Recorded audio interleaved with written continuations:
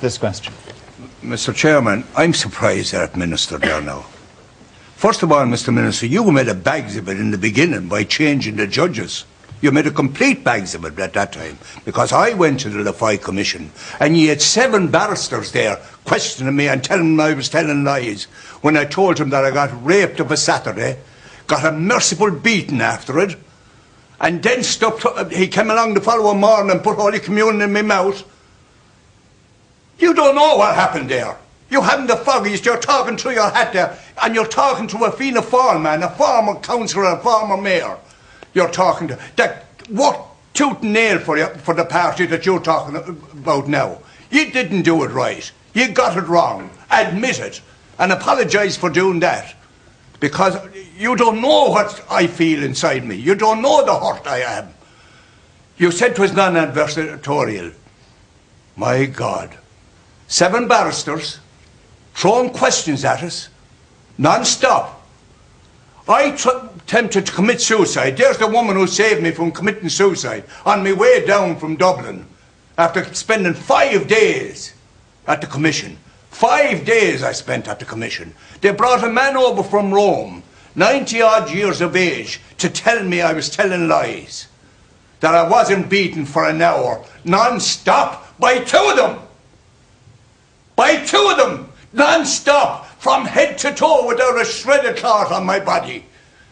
My God, Minister, and could I speak to you and ask your leader, would you stop making a political football of this? You hurt us when you do that. You tear the shreds from inside our body. For God's sake, try and give us some peace. Try and give us some peace and not to continue hurting us. That woman will tell you how many times I jump out of the bed at night with the sweat pumping out of me because I see these fellas at the end of the bed with their fingers doing that to me and pulling me into the room to rape me, to bugger me and bait the shite out of me. That's the way it is. And you know what? You know what? Sometimes I listen to the leader of Fianna Fáil. I even listen to the apology. It was mealy-mouthed, but at least it was an apology. At least it was an apology. The Rosminians said in the report, they said they were easy on us. The first day I went to them, the first day I went to the Rosminians, in my home, which is Ferry House in Clonmel, because it's the only home I know, he said, you're in it for the money. We didn't want money. We didn't want money. We wanted someone to stand up and say, yes, these fellas were buggered, these people were robbed. Little girls, my sister, a month old when she was put into an institution. 8 of us from the one family, dragged by the ISPCC cruelty man, put into 2 cars, brought to the court in Clonmel, left standing there without food or anything. And the fellow in the long black frock and the white collar came along and he put us into a van, not a van, a scud truck. I don't know what you call it now. A scud truck, and landed us below with 200 other boys. 2 nights later, I was raped. How can anyone? You're talking about constitution. These people would gladly say yes to a constitution to freeze the funds of the religious order.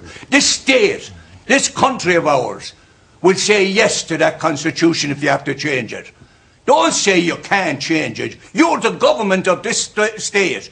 You run this state. So for God's sake, stop mealy-mouthing, because I'm sick of it. I'm sick of it. You're turning me away from voting Fianna Fáil, which I have done from the first day that I could vote. And you know me. You know me, Mr. Minister. You've met me on a number of occasions. So you know what I'm like. Remember Wexford? Thank you, Michael, for your...